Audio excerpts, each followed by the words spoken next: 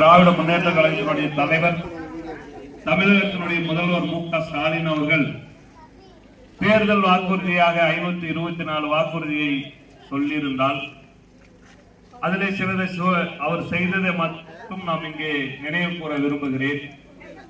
தேர்தலிலே வெற்றி பெற்று வந்தவுடன் மகளிருக்கு உரிமை தொகையாக மாதம் 1000 ரூபாய் அனைத்து மகளிருக்கும் வழங்குவேன் என்று சொன்னார்.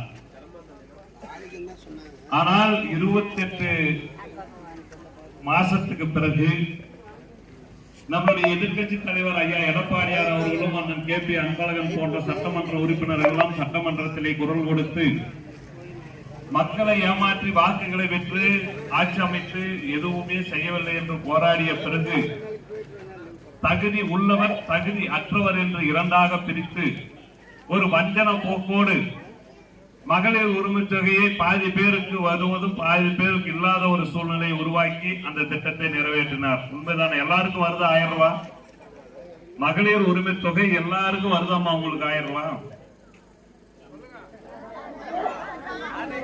வரல. கொஞ்சம் பேருக்கு வருது, மீதி பேருக்கு வரல. சரி, அது போகட்டும். நான் ஆட்சிக்கு வந்தால் சிலிண்டருக்கு 100 ரூபாய் மானியமாக வழங்குகிறேன் என்று சொன்னார, செய்தார, வந்ததா? யாராவது வாங்கினீங்களாமா? சரி, அது போகட்டும்.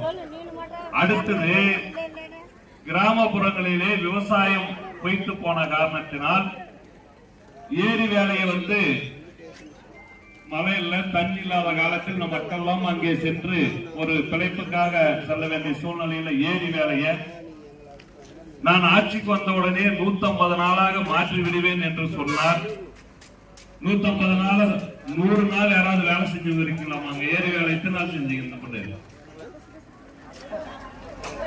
30 நாள். 100 நாள 150 மாத்திரன்னு சொன்ன தமிழக முதல்வர், அதுக்கு முன்ன எடப்பாடியார் 4 ஆண்டு இருந்தாருல்ல, 4 ஆண்டு அங்கே ஆட்சியில் இருக்கும்போது எவ்வளவு நாள் வேலை செஞ்சீங்க? 100 நாள் செஞ்சீங்கல்ல. 100 நாள் செஞ்ச வேலையை 150 நாளா மாத்துவன்னு சொல்லிட்டு 100 நாள 50 நாளா 50 நாளா மாத்திட்டு மீதி 50 நாள் பணத்தை வேற வழியில எடுக்கிறதுக்கு உண்டான வாய்ப்பு உருவாக்கினாங்க. அதுதான் இப்ப என்ன நடந்தது? அவர்கள் சொன்னதுல எதுவுமே பண்ணல. ஒன்னே ஒண்ணு, டவுன் பஸ்ல போறதுக்கு பிரி சொன்னாங்க. அது மட்டும் அதுலயே வஞ்சனை. பெண்கள் மாத்திரம் டவுன் பஸ்ல போலானாங்க. அது ஒண்ணுதான் நடைமுறைக்கு வந்துச்சு. மீத எதுவுமே எல்லாமே திட்டங்கள் எல்லாம் ஒண்ணு நடக்கல. ஆனால் அதே போல விவசாய கடன் தள்ளுபடி சொன்னார். வந்த உடனே சிறு குறு பிரிச்சு கொஞ்சம் பேருக்கு தள்ளுபடி